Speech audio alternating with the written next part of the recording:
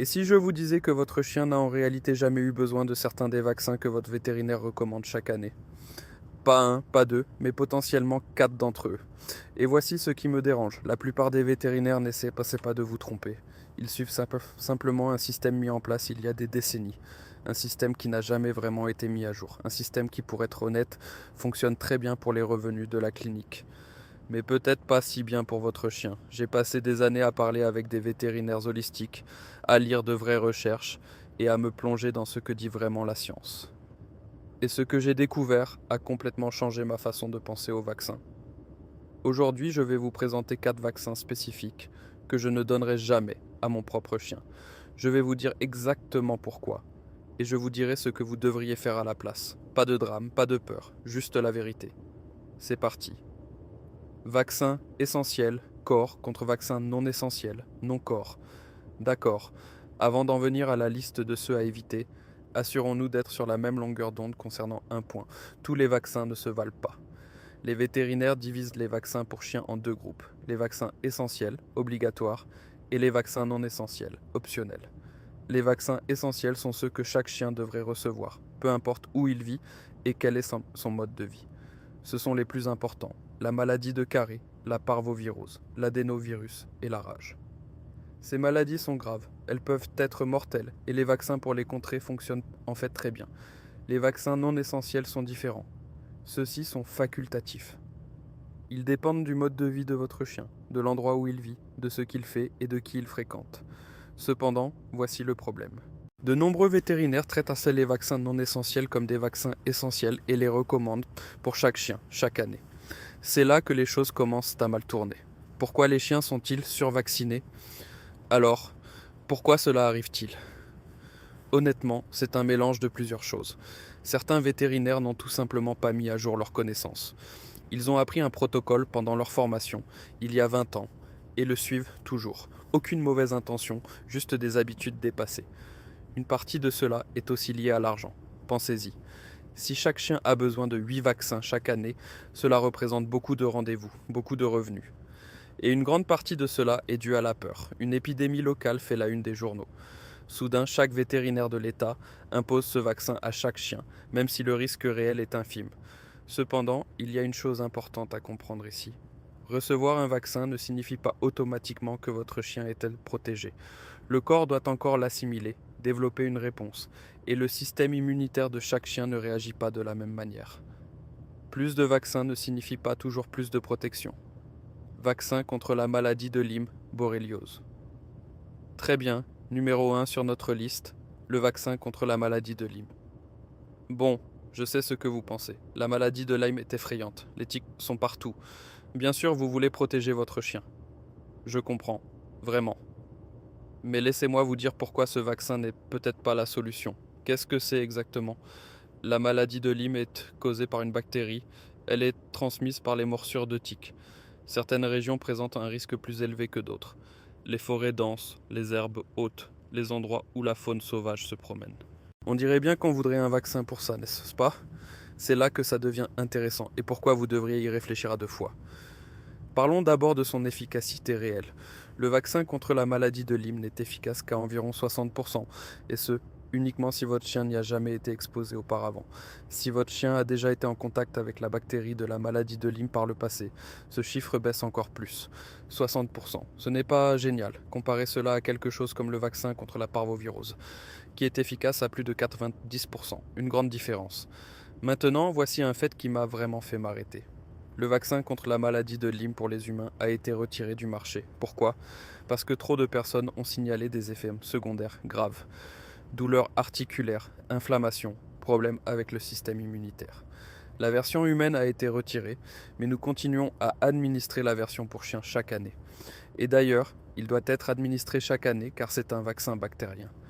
Les vaccins bactériens ne durent tout simplement pas aussi longtemps que les vaccins viraux. Vous le faites donc annuellement et stimulez le système immunitaire de votre chien encore et encore pour 60% de protection. Il y a autre chose qui me dérange dans tout ça. La maladie de Lyme est l'une des quelques 12 maladies transmises par les tiques qui existent. Une douzaine. Et nous avons un vaccin pour exactement l'une d'entre elles. Donc même si le vaccin fonctionne parfaitement, votre chien est toujours totalement sans protection contre toutes les autres maladies transmises par les tiques. Vous ne résolvez pas vraiment le problème des tiques, vous mettez un pansement sur une petite partie de celui-ci. Je veux aussi mentionner les effets secondaires. Les chiens qui reçoivent le vaccin contre la maladie de Lyme présentent des taux plus élevés de problèmes articulaires, d'inflammation et de problèmes immunitaires. Ce ne sont pas des cas isolés rares. Les vétérinaires qui travaillent en médecine intégrative voient ce schéma régulièrement. Que devriez-vous donc faire à la place? Voici les bonnes nouvelles. Contrairement à la rage, la maladie de Lyme réagit en fait aux antibiotiques. Si vous la détectez tôt, elle est traitable. Cela change complètement le calcul des risques. Ce qui fonctionne vraiment, ce sont de bonnes habitudes de contrôle des tiques. Inspectez votre chien après chaque promenade. Faites attention aux zones dont vous savez qu'elles présentent un risque élevé. Utilisez des sprays répulsifs naturels lorsque vous allez dans des zones avec beaucoup de tiques. Certaines personnes utilisent des bottines de protection pour leurs chiens lorsqu'ils se promènent en ville ou sur des sentiers. Et faites faire régulièrement une simple prise de sang si vous vous trouvez dans une zone à haut risque. Détecter la maladie de Lyme tôt avec une prise de sang et la traiter avec des antibiotiques est honnêtement une bien meilleure stratégie qu'un vaccin annuel qui n'est efficace qu'à 60%. Pensez-y de cette façon. Prendriez-vous un médicament annuel qui ne fonctionne que dans 60% des cas et qui a de fortes chances de causer des douleurs articulaires? Probablement pas. Votre chien mérite la même considération. Vaccin contre la leptospirose. D'accord. Numéro 2. J'ai une opinion très tranchée sur ce vaccin, le vaccin contre la leptospirose, ou lepto pour faire court. Qu'est-ce que c'est? La lepto est une bactérie. Elle vit dans l'eau et le sol. Elle est propagée par l'urine des animaux sauvages, des rats, des ratons laveurs, des moufettes et même des cerfs. Si un chien boit dans une flaque près de laquelle un rat infecté a uriné, il peut l'attraper. Cela peut entraîner une insuffisance rénale et hépatique, une affaire sérieuse. Cela ressemble donc encore à quelque chose contre lequel il vaut la peine de se faire vacciner. Mais attendez, voici la vraie histoire. Laissez-moi vous brosser un tableau. Il y a quelques années, il y a eu 4 cas confirmés de lepto dans une ville du New Jersey. 4 cas dans une ville. En quelques jours, c'était partout dans les nouvelles locales. Et soudain, les cliniques vétérinaires de tout l'État, et même des États voisins, ont mis en place des stations de vaccination drive-in sur leur parking. Les gens arrivaient avec leur voiture, baissaient les vitres, et leurs chiens étaient piqués sans même quitter le véhicule. Des milliers et des milliers de chiens ont été vaccinés pour 4 cas. Ce n'est pas de la science. C'est de la panique. Et cette panique rapporte très vite beaucoup d'argent à de nombreuses cliniques. Parlons maintenant de la raison pour laquelle le vaccin lui-même est problématique. Il existe des dizaines de souches différentes de bactéries lepto. On les appelle des sérovars. Le vaccin n'en couvre que quelques-unes, une poignée. Donc même si le vaccin fonctionne, votre chien est toujours sans protection contre la majorité des souches de lepto dans la nature. C'est comme essayer d'arrêter la pluie avec un parapluie qui ne vous couvre qu'à moitié. De plus, le vaccin contre la lepto a l'un des taux d'effets secondaires les plus élevés de tous les vaccins pour chiens. Nous parlons de réactions allergiques, de gonflement du visage, de vomissements, de léthargie. Et parce qu'il est bactérien, tout comme la maladie de Lyme, il doit être administré chaque année pour avoir une chance d'être efficace. Plus d'injections, plus de réactions pour une protection incomplète. Voici autre chose qui me frustre. Beaucoup de chiens à qui l'on recommande ce vaccin n'ont aucun risque réel. Ils marchent sur des trottoirs pavés. Ils vivent dans des appartements. Ils ne s'approchent jamais de la faune sauvage ou de l'eau stagnante. Mais le vétérinaire envoie une carte de rappel, le propriétaire amène le chien, et boum, le vaccin contre la lepto était fait. J'ai récemment parlé à quelqu'un, son chien avait reçu le vaccin contre la lepto chaque année de sa vie. Et quand j'ai posé des questions sur le mode de vie de son chien, il m'a dit que le chien vit en banlieue, se promène sur des rues propres et n'a jamais été près d'une forêt ou d'une ferme de sa vie. Aucun risque, mais vacciné quand même. Chaque année. Que faire à la place? Très simple. Pensez à la vie réelle de votre chien. Votre chien nage-t-il dans des lacs ou des rivières? Votre chien vit-il dans une ferme ou près de zones sauvages? Y a-t-il une épidémie de lepto connue dans votre quartier en ce moment? Si la réponse est non, le vaccin n'en vaut probablement pas le risque. Gardez votre chien à l'écart de l'eau stagnante et des flaques d'eau autant que possible. En ville, les bottines pour chiens sont vraiment une excellente idée. Non seulement à cause de la lepto, mais à cause de tout ce qui se retrouve dans les rues de la ville. Et si vous vous trouvez dans une situation vraiment à haut risque, alors oui, vous pouvez avoir une vraie conversation avec votre vétérinaire pour savoir si ce vaccin a du sens spécifiquement pour votre chien. Le contexte est important, le mode de vie est important. Une recommandation générale pour chaque chien ne l'est pas. Vaccin contre la grippe canine. Numéro 3. Le vaccin contre la grippe canine, la grippe du chien. Celle-ci est plus souvent évoquée, surtout si votre chien va dans une pension, une garderie ou dans des parcs pour chiens. Qu'est-ce que c'est? La grippe canine est scène réelle. Il existe deux souches principales qui affectent les chiens. Et oui, des épidémies se produisent. Il y a quelques années, il y a eu une épidémie notable lors d'une exposition canine en Géorgie. Un juge a examiné la gueule de chaque chien en compétition. Un chien était porteur du virus. Il s'est propagé rapidement. Certains chiens sont tombés gravement malades. Quelques-uns en sont morts. L'inquiétude est donc justifiée. Mais voici pourquoi je ne donnerai tout de même pas ce vaccin de façon routinière. Le problème avec le vaccin contre la grippe canine. Pensez d'abord un instant au vaccin contre la grippe humaine. Chaque année, les scientifiques doivent prédire quelles souches de grippe seront dominantes cette saison-là. Parfois, ils ont raison. Parfois, ils se trompent, et quand ils se trompent, ce vaccin ne fait presque rien. La grippe canine fonctionne de la même manière. Deux souches dans un seul vaccin. Et les épidémies ont tendance à se produire dans des foyers très spécifiques et localisés. Un chenil, une exposition canine, une ville, pas partout en même temps. La probabilité que votre chien rencontre l'une de ces souches spécifiques dans une véritable situation d'épidémie est en fait assez faible pour la plupart des chiens, dans la plupart des endroits. Et le vaccin doit être administré chaque année, tout comme la lepto, tout comme la maladie de Lyme. Une vaccination annuelle signifie une stimulation immunitaire annuelle, un risque de réaction annuelle, et cela s'accumule. Voici quelque chose qui mérite réflexion. Lorsque plusieurs vaccins s'accumulent en même temps dans le corps de votre chien, le système immunitaire peut être surchargé. Nous voyons plus de réactions lorsque les chiens reçoivent plusieurs vaccins le même jour. Et plus un chien reçoit de vaccins au fil des ans, plus la charge cumulative sur son système immunitaire est élevée. Nous voyons de plus en plus de chiens souffrant d'allergies chroniques, de problèmes de peau chroniques, de maladies auto-immunes. Et bien que nous ne puissions pas toujours établir un lien direct entre le vaccin et le symptôme, ce schéma est quelque chose auquel les chercheurs sérieux prêtent attention. Le vaccin contre la grippe canine n'est pas quelque chose qui réduira de manière significative le risque à vie de votre chien de contracter des maladies graves. Mais c'est une chose de plus qui s'empile chaque année sur ce système immunitaire. Qu'est-ce qui a le plus de sens?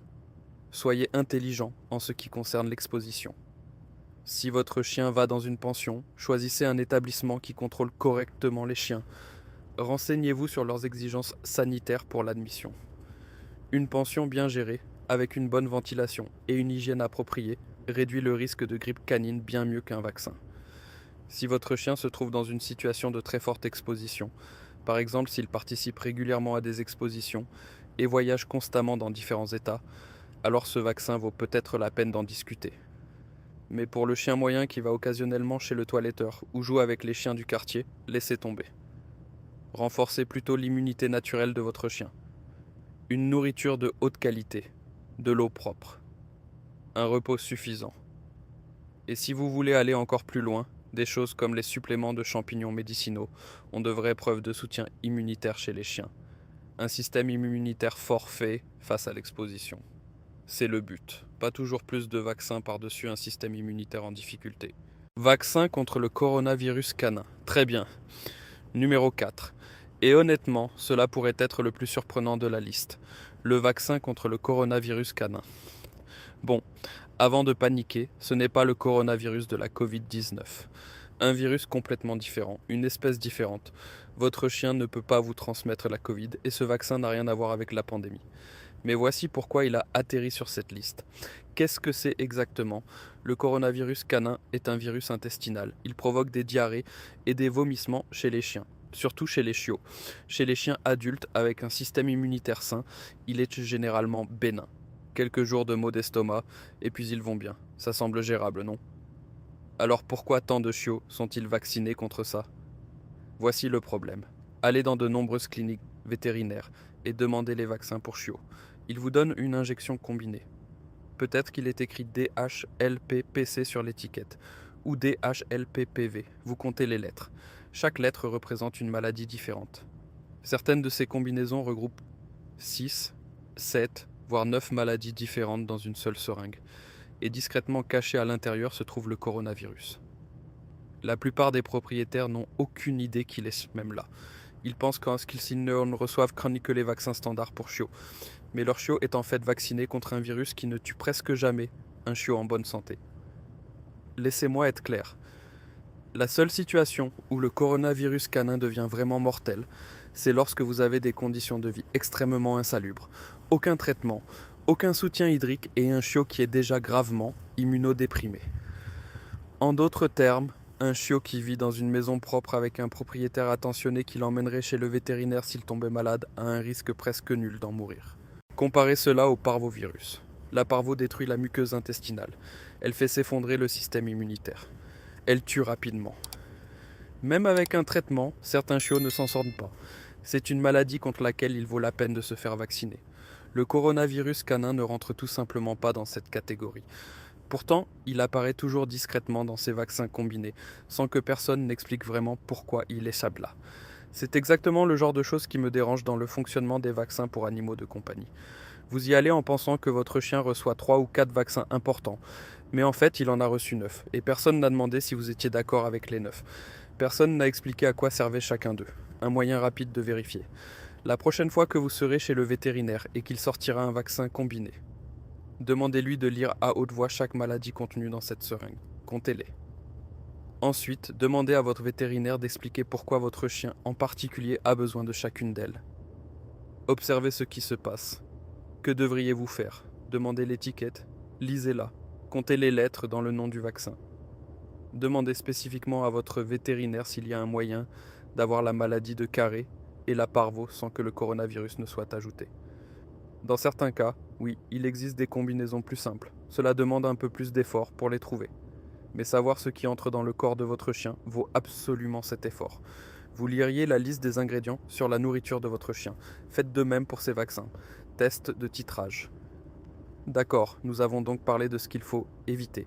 Parlons maintenant de ce qu'il faut faire à la place. Et l'outil le plus puissant dont la plupart des propriétaires de chiens n'ont jamais entendu parler s'appelle le test de titrage. Voici comment cela fonctionne. Au lieu de donner automatiquement un rappel de vaccin à votre chien chaque année, vous faites d'abord une simple prise de sang. Ce test sanguin mesure combien d'anticorps votre chien a déjà en circulation dans son système contre des maladies comme la maladie de Carré et la parvo. Considérez les anticorps comme de petits soldats. Si votre chien a déjà une armée de soldats prête à se battre, pourquoi envoyer encore plus de soldats? La base est déjà défendue. Si le résultat du titrage montre qu'il y a une forte protection, votre chien n'a pas besoin de ce rappel. C'est aussi simple que ça.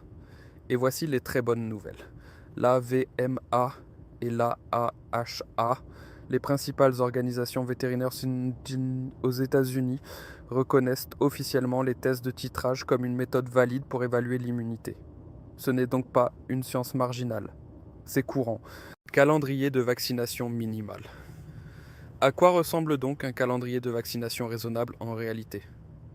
Voici ce que je suis personnellement et ce que la science soutient. Pour les chiots, donnez la maladie de Carré et la parvo à 8 semaines. Répétez cela à 12 semaines, puis un autre rappel à l'âge d'environ 1 an. C'est tout pour ces vaccins essentiels. Pour la rage, attendez jusqu'à l'âge d'au moins 6 mois. Donnez une injection. Suivez ensuite vos réglementations légales locales, qui prévoient tous les 3 ans dans la plupart des endroits. Pas chaque année, tous les 3 ans. Après cet ensemble complet de vaccins pour chiots, faites un test de titrage au lieu de faire un rappel automatique. Si le titrage montre une protection, vous avez terminé. Plus d'injections inutiles. Donnez chaque vaccin individuellement si possible. Laissez un intervalle de 2 à 4 semaines entre eux. Ne regroupez jamais tout en un seul rendez-vous. Et pour les vaccins non essentiels, posez toujours une question en premier. Quel était le mode de vie réel de mon chien? Laissez la réponse guider la décision. Pas une carte de rappel par la poste. Très bien, résumons cela. 4 vaccins auxquels vous devriez réfléchir très attentivement avant de dire oui. Le vaccin contre la maladie de Lyme, efficace à seulement 60%, nécessite des rappels annuels. La version humaine a été retirée du marché pour des raisons de sécurité. Le vaccin contre la leptospirose ne couvre pas la plupart des souches. Taux élevé d'effets secondaires, et la peur qu'elle suscite est bien plus grande que le risque réel pour la plupart des chiens. Le vaccin contre la grippe canine. Les épidémies sont localisées. Le vaccin peut même ne pas correspondre à la souche en circulation. Et la stimulation immunitaire annuelle s'accumule avec le temps. Le vaccin contre le coronavirus canin. Presque jamais mortel chez les chiens, en bonne santé. Souvent cachés dans des injections combinées sans que les propriétaires ne s'en rendent compte. Il ne s'agit pas d'éviter tous les vaccins. La maladie de Carré, la parvo, la rage, ceux-là sont importants. Faites-les correctement. Il s'agit de vacciner intelligemment. Sachez ce que votre chien reçoit réellement. Posez des questions. Envisagez les tests de titrage. Vous êtes le défenseur de votre chien. Personne d'autre ne fera ce travail à votre place. Si ces informations ont changé votre vision des visites annuelles chez le vétérinaire pour votre chien, veuillez vous abonner à notre chaîne et aimer cette vidéo. Nous révélons les vérités sur la santé qui ont été ignorées pendant bien trop longtemps. Protégez l'avenir de votre chien.